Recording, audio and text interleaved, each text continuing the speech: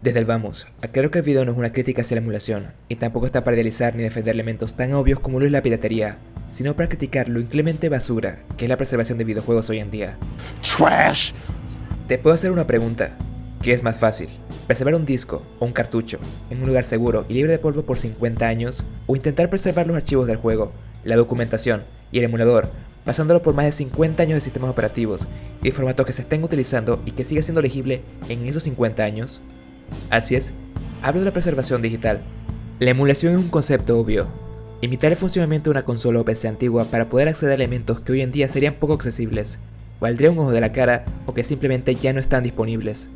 Es una salida más sencilla de poder acceder a juegos que ya no posean disponibilidad en tiendas actuales o que no puedan permitirse un relanzamiento. Un port puede llegar a costar más de $350.000, eso solo en el caso de juegos de la época arcade. Su principal defensa es la preservación digital, ya que el hardware muere y se vuelve obsoleto, entonces la salida más fácil sería simplemente digitalizar todo, ¿no? Pues no es tan así. La capacidad de portar un juego a otra plataforma también supone que el desarrollador todavía tiene acceso al código fuente original de su juego, que a menudo se pierde o no está disponible, especialmente para los mayores títulos. Una consola promedio, por más vieja que sea, ella y sus juegos, bien preservados podrían durar incluso más de la mitad de un siglo, pero un programa, a pesar de no ser un objeto tangible, podría llegar a durar mucho menos. La preservación requiere preservación. Un emulador requiere actualizaciones y soporte constante para así poder existir, si no, terminaría siendo incompatible con los siguientes sistemas operativos o consolas. Pero dividamos esta problemática en dos tipos, la emulación oficial y la emulación legal. La oficial es aquella hecha por la empresa dueña de los derechos de la consola o de los juegos, hecha no para preservar sus juegos, sino para otorgarles una continuidad comercial, en pocas palabras, para exprimir su gallina de los huevos de oro por más años, dejando atrás a títulos que les dejarían poca ganancia. Pero, ¿qué de la calidad de la emulación oficial? Ellos poseen los derechos, los juegos, la documentación requerida de cómo funcionan los juegos y las consolas, y el código fuente, elementos que un tercero tiene que obtener a través de ingeniería inversa, o sea, todo un dolor de cabeza. Estas empresas lo tienen todo a su alcance, ¿y cuál es el resultado? Daré un ejemplo con Nintendo, la empresa que más se lucra con la venta de sus juegos retro. Podríamos dar cientos de ejemplos debido a todas y cada una de sus tiendas virtuales, discos y servicios que pretenden vender su emulación, pero hay una colección de juegos, de ni más ni menos que de GameCube, que resume a la perfección cómo una compañía multimillonaria explota sus recursos para crear emulación. Así es, hablo de la edición coleccionista de Zelda, la cual traía 4 juegos emulados y una demo, pero vamos a enfocarnos en los dos más importantes, Ocarina of Time y Majora's Mask, ambos de la Nintendo 64. El primer juego presentaba algunas pequeñas diferencias con el original, pero siempre se mantenía fiel, y con un rendimiento sobresaliente.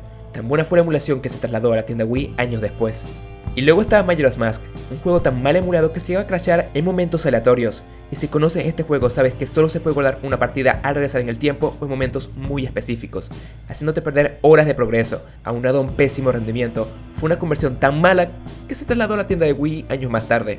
Todo lo que vino después es un resumen de lo ya visto en esta colección, emulación llena de altibajos, ediciones tan estúpidas como un filtro de epilepsia que ni siquiera te dejaba saber lo que veías en la pantalla, pero con otras buenas como una recopilación decente de juegos que de otra forma se hubieran perdido en el tiempo.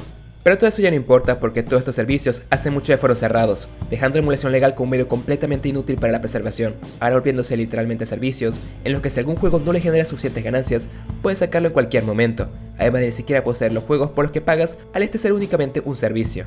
Y en el caso de otras empresas, algunos servicios como el de PlayStation 3 y PlayStation Vita siguen disponibles, pero han sufrido tal degradación en la calidad del servicio que los usuarios no pueden adquirir títulos que técnicamente aún están disponibles. Let's try to unlock the game.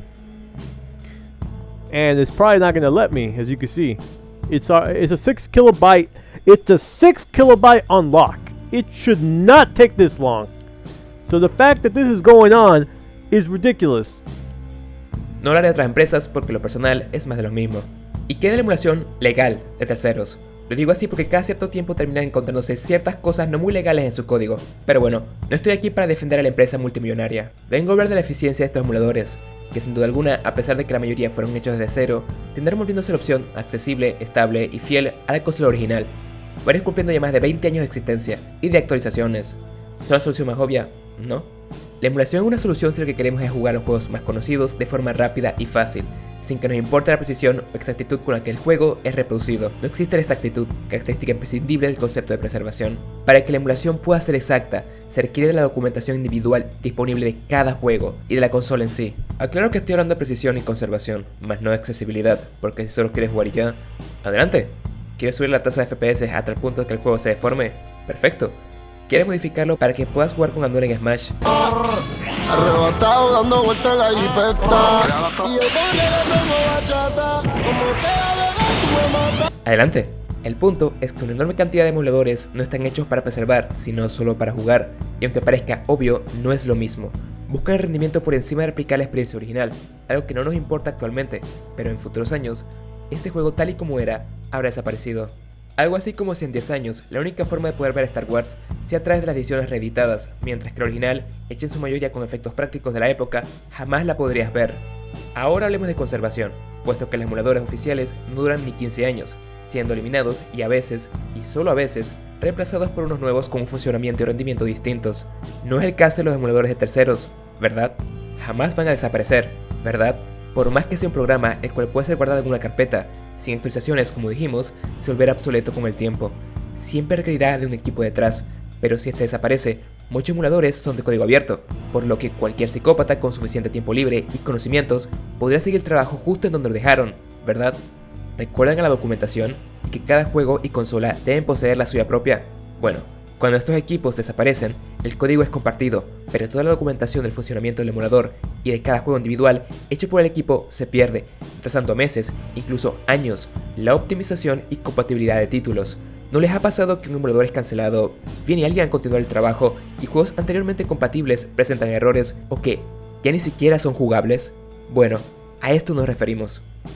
No digo que la emulación no sea el futuro, y que no estamos en buen camino. Mira todo lo que se puede acceder hoy en día, incluso más que en el pasado, pero sigue sin haber algo que garantice la supervivencia de este trabajo, y peor aún, de los juegos. Hablemos de los juegos. De una voy a decirlo, la preservación legal de ROMs no tiene sentido, ya que solo se reserva a quienes ya tenían este juego, por lo que, algo que suena lógico a nivel legal, es absurdo en el tema de preservar, porque no hay ni existe un acceso real a estas obras, muchas que ni siquiera poseen una continuidad comercial o que siquiera están disponibles. Tal como apunta el estudio titulado Encuesta del mercado de reediciones de videojuegos en Estados Unidos, solo el 13% de juegos lanzados en Estados Unidos están actualmente disponibles, cifra que es comparable a la disponibilidad comercial de dos otros medios en riesgo, como las grabaciones de audio anteriores a la Segunda Guerra Mundial con un 10%, o las películas mudas estadounidenses, las cuales superan a los videojuegos con una cifra del 14%. Volviéndose la opción de páginas no oficiales, el verdadero lugar donde adquirir estas copias de juegos retro, páginas que llegaron a ser perseguidas por Nintendo y demás compañías, de hecho, podrían llegar a ser legales en un futuro. ¿Te has preguntado alguna vez por qué jamás alguna empresa ha llevado a alguien a juicio por descargar un juego pirata? Han demandado a las páginas, mas nunca a un consumidor promedio, y es porque estas empresas tienen más que perder que de ganar. Me explico. Según el abogado de derechos de autor, Derek Van Bauer, explicó que la descarga de copias de seguridad en el caso de los videojuegos podrían caer en el caso del uso legítimo, como sí lo es en el caso de la música, debido a la existencia de precedentes legales en estos casos, algo que en el mundo del videojuego no existe por los momentos, y a las empresas tampoco les conviene. Según las palabras del propio Van Bauer, el uso legítimo es un estándar confuso, mas no una regla. Van Bauer dice que podría imaginar algunos posibles escenarios defendibles. Si tengo una copia de Super Mario World, puedo jugar cuando quiera, señala Van Bauer, pero lo que realmente me gustaría hacer es jugarlo en mi teléfono o en mi computadora portátil. En este caso, descargar una ROM podría ser defendible legalmente. Este no es un argumento seguro, también afirmó Van Bauer, pero tampoco es un argumento tonto. Después de todo, Nintendo puede argumentar que, al emular el juego en tu teléfono, en lugar de comprar su versión oficial del mismo juego, están perdiendo dinero. Como ven, no es nada seguro, y en todo caso de que se legalicen, se sigue contradiciendo con mi argumento de la preservación de juegos de difícil acceso, volviéndose un avance significativo pero que no arregle el problema en sí. Y eso obviamente en el caso de los juegos retro, pero nada se sabe de la preservación de los juegos actuales, que de un día para otro han llegado incluso a desaparecer. No estoy en contra de la emulación, no estoy en contra de ninguna empresa, y tampoco quiero generar una discusión pseudomoral sin sentido.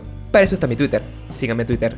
Lo que quiero es simplemente abordar un tema tan ambiguo e informar sobre el cómo hoy en día no existe una forma consistente de poder preservar una pieza cultural como son los videojuegos. Son parte de nuestra historia, de quiénes somos y cada vez se hace más evidente. Jamás nos conformamos cuando hablamos de perder el arte, la música, el cine o algo tan simple como lo es un recuerdo. ¿Por qué no preservar esto también? La emulación es el futuro, sí, pero aún seguimos estancados en el presente.